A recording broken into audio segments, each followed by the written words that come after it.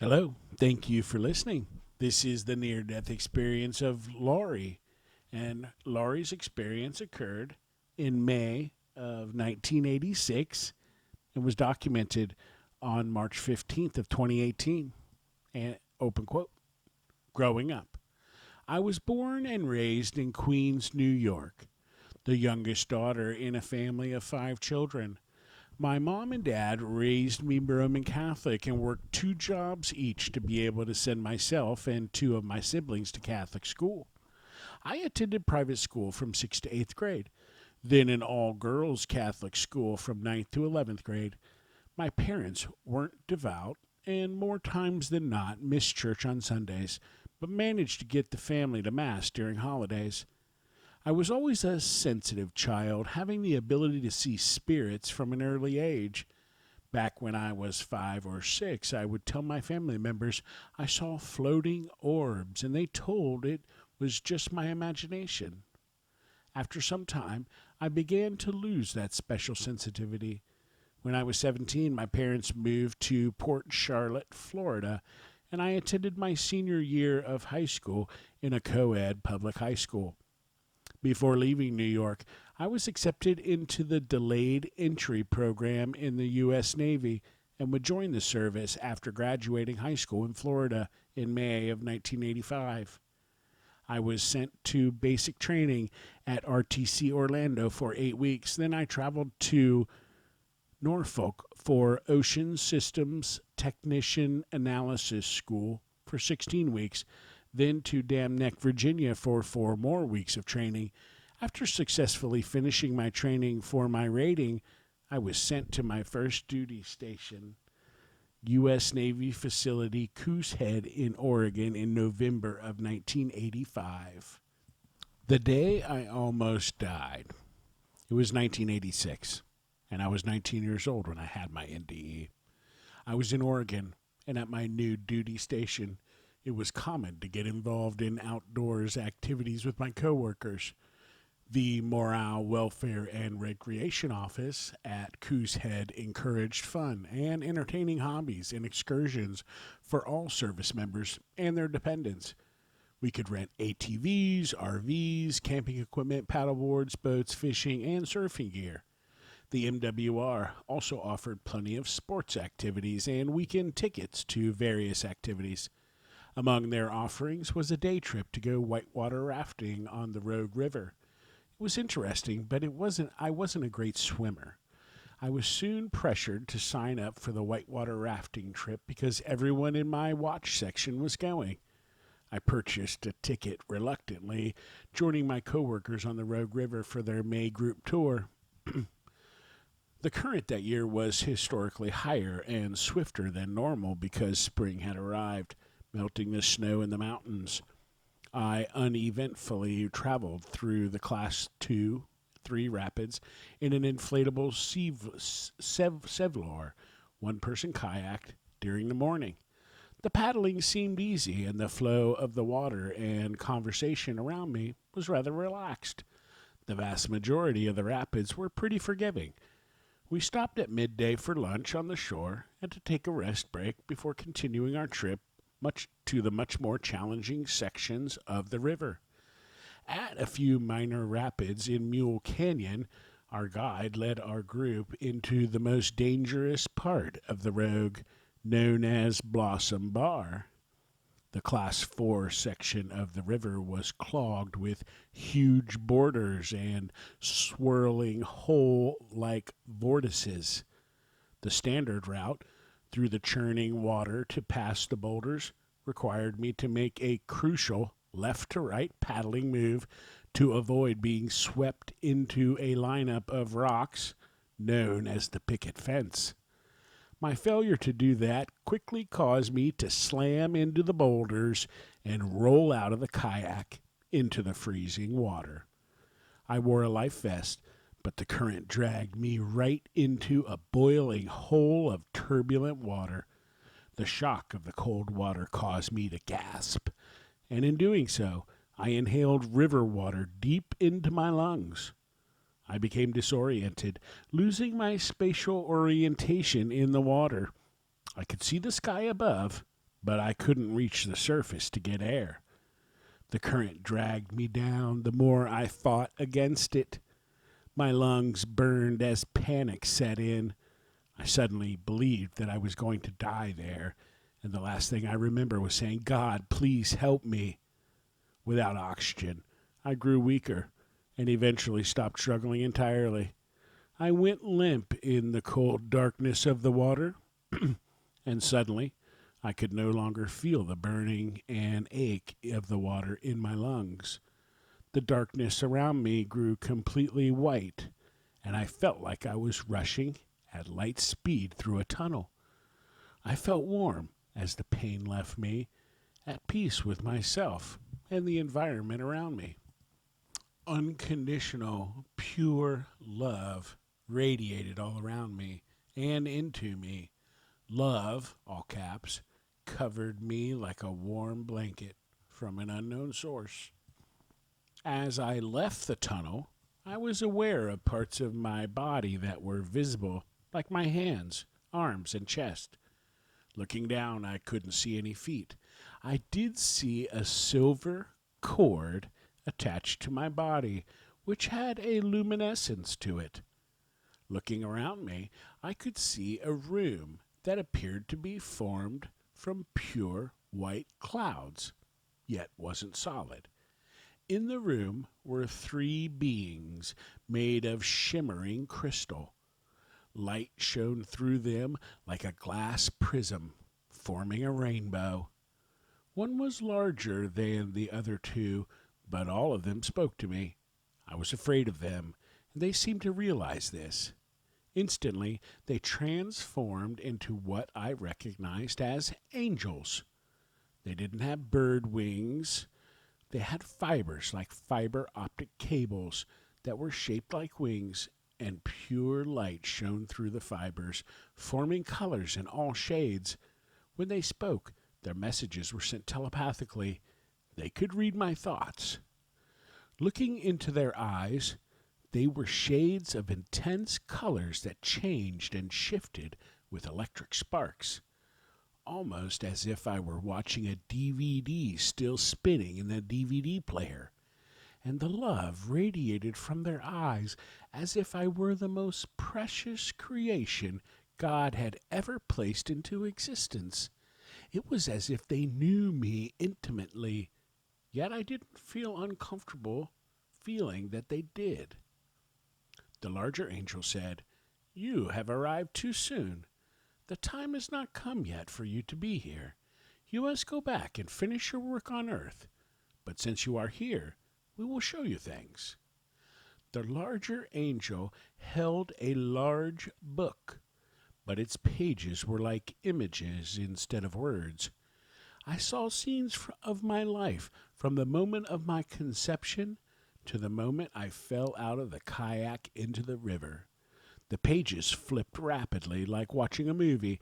I was instantly reminded of all the things I did for others, or failed to do for someone.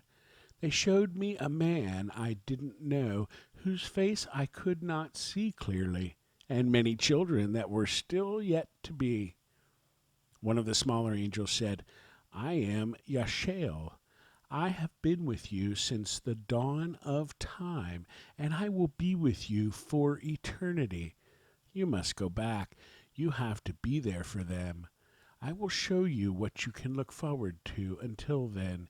Then you have to go back to your body." Instantly, Yashiel and I were teleported to the center of a vast golden field. I could hear the most beautiful music, and I could feel it moving through me. The breeze blew against the tall golden wheat stalks, and as it did, I could feel the spirit of all things living around me. Animals, plants, the elements. I was one with them.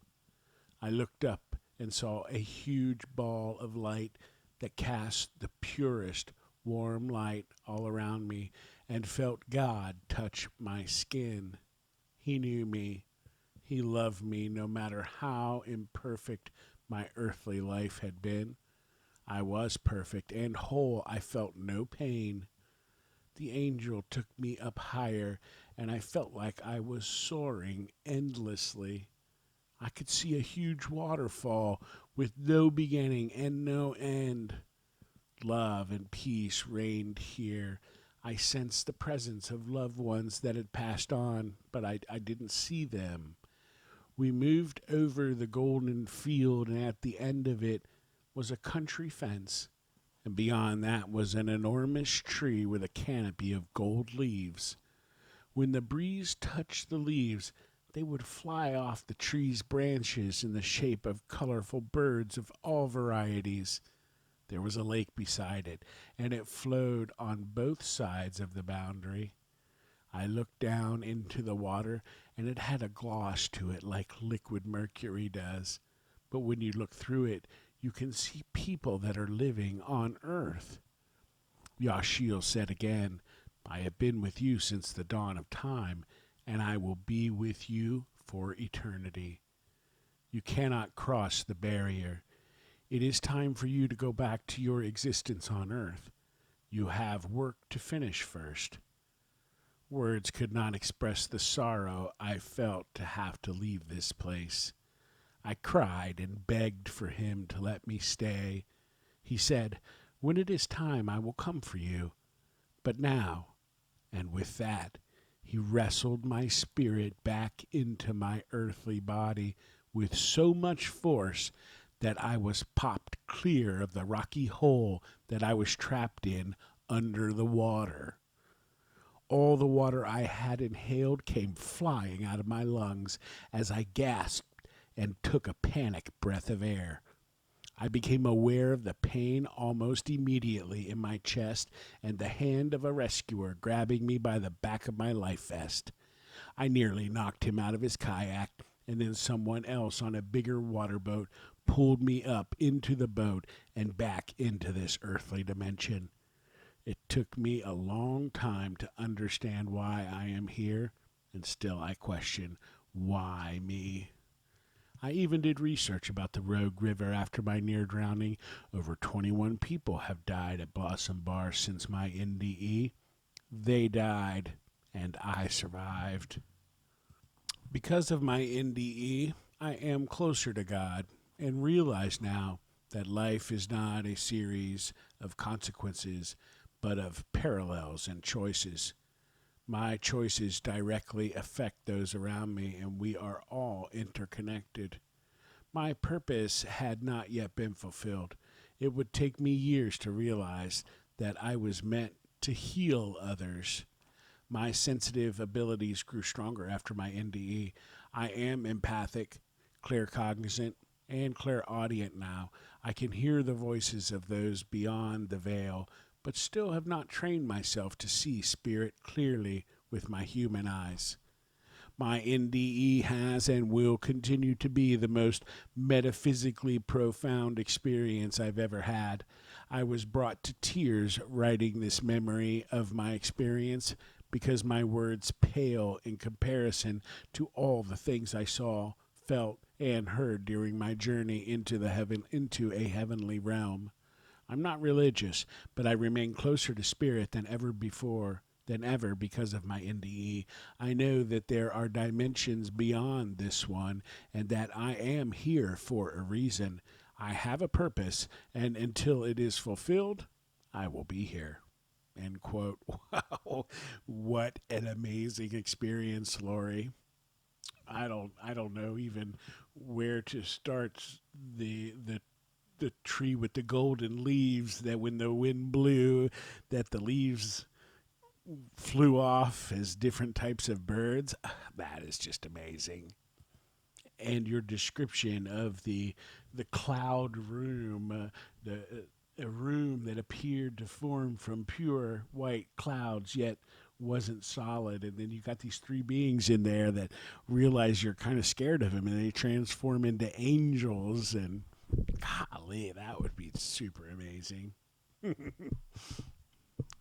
And wrestling your spirit back into your body so that he can pop you out of that hole in the river. That's wow. So amazing. And there are some questions here. I'm very interested to hear what kind of other details that you have for us, Laurie. Question, rating your level of consciousness. Answer, I can hear the voices of spirits and have premonitory dreams and thoughts. Question, what time during the experience were you at your highest level of consciousness? Answer, when I stopped struggling in the water and went through a tunnel of pure white light. Question, comparing your vision. Answer, I could see much clearer after the experience than I did before. Colors were much more vivid as well. The white light was the purest I've ever seen, and it didn't cause me to want to shield my eyes from the glare. Question, did you pass into or through a tunnel? Yes, I fell out of the kayak into the dark river water. When I surrendered to death, the water became white and formed a tunnel that my spirit was funneled into. Question, did you seem to enter some other unearthly world? Answer, Yashiel and I were teleported to the center of a vast golden field. I could hear the most beautiful music, and I could feel it moving through me. The breeze blew against the tall golden wheat stalks, and as it did, I could feel the spirit of all things living around me. Animals, plants, the elements, I was one of them. I was one with them. I looked up and saw a huge ball of light that cast the purest, warm light all around me and felt God touch my skin. And I think this is actually maybe a copy and paste from what she wrote, and what she wrote was awesome, but we won't read it all through again. Question, what emotions did you feel during the experience? Answer, I felt a sense of warmth, of intense love, all caps, and peace, all caps, that radiated all around me and through me. Question, did you feel a sense of harmony? Answer, I felt united or one with the world. Question, did you suddenly seem to understand everything? Answer, I understood I had a purpose to be here to help someone. Question, did scenes from your past come back to you? Answer, I remembered many past events. The larger angel held a book, but its pages were like images instead of words. I saw scenes of my life from the moment of my conception to the moment I fell out of the kayak into the river. The pages flipped rapidly like watching a movie. I was instantly reminded of all the things I did for others or failed to do for someone. Question, did scenes from the future come back to you? Answer, they showed me the image of a man I didn't know, whose face I could not see clearly, and many children that were still yet to be. Question, what was your religion prior to your experience? Answer, Catholic, not practicing, but spiritual. Question, have your religious practices changed since your experience? Answer, yes. Question, what is your religion now? Answer, other faith, several faiths, non-religious, liberal views, spiritual. Question, did your experience include features consistent with your earthly beliefs? Answer, entirely inconsistent. It was heaven or a heavenly dimension that I traveled to. There was absolutely nothing comparable to what I saw, heard, or felt during my NDE to being here on Earth. Question, did you have a change in your values and beliefs because of your experience? Answer, yes. I am worthy of love, and I needed to love myself enough to love others. That's a consistent theme, eh? Question, did you seem to encounter a mystical being or presence or hear an unidentifiable voice? Answer, looking around, I could see a room that appeared to be formed from pure white clouds, yet wasn't solid. In the room were three beings made of shimmering crystal. And I think that we read this already. What an awesome description of those three beings. And then they transform into angels in front of her, and Yashiel has been with her since the dawn of time. Pretty cool. But interesting as well that he says when it's her time that he'll come for her, meaning necessarily that he's not always with her on Earth. I don't know. Maybe, maybe not. Question, during your experience, did you gain information about premortal existence? Answer, yes. That the image of the man and the children were the faces of my future husband and my 2 children. Question, did you gain information about the universal connection or oneness? Answer, yes. One of the 3 angels revealed himself as a being of light that had known my soul since I was created and would soon continue to be with me for eternity. Question, during your experience, did you gain information about the existence of God? Answer, yes.